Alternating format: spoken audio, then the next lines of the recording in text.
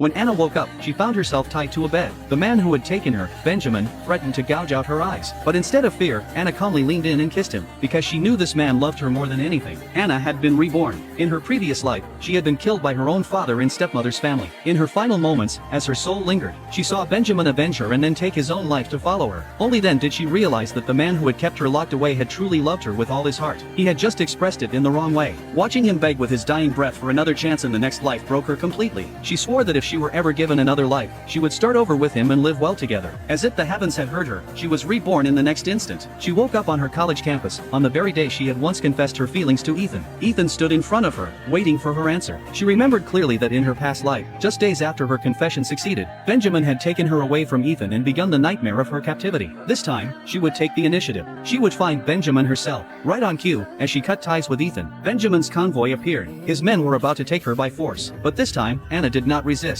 She calmly parted the crowd and walked straight toward Benjamin, telling him she was willing to go with him. Everyone was stunned, especially Benjamin. He could not understand why the woman who used to bristle like a hedgehog whenever she saw him had suddenly become so compliant. He took her back to his villa and tested her with the same obsession and intensity as before. He threatened to take her eyes so she would only ever look at him. In her past life, those words had filled her with fear and hatred. But now, she saw through them to the insecurity underneath. She decided she would tame this beast. Instead of resisting, she responded with softness. She told him she had gone to Ethan only to end things for good. She even took the initiative to get close to him, to convince him she would not run away again. She understood that for someone as obsessive as him, reassurance was the only thing that worked. That night, she realized something unexpected. This man, feared by everyone outside, had never been with a woman before. Benjamin grew even more confused. He said he did not believe her, but his body told a different story. He was beginning to waver. He warned her that if she ever went to another man again, he would turn them into specimens. Anna only smiled. She knew the beast was slowly putting away its claws. Their brief calm did not last long. Her stepsister Emily called, claiming their father had fallen seriously ill and asking her to come to Yuanmao Mountain outside the city. Anna immediately became alert. That was the very place where she had been strangled in her previous life. She realized that because of her rebirth, events had shifted and their plan to kill her had been moved forward. She played along, telling them she would be there soon. She had originally planned to use this chance to expose her family in front of Benjamin. But just as she hung up, another memory surfaced. She remembered the date, March 16th.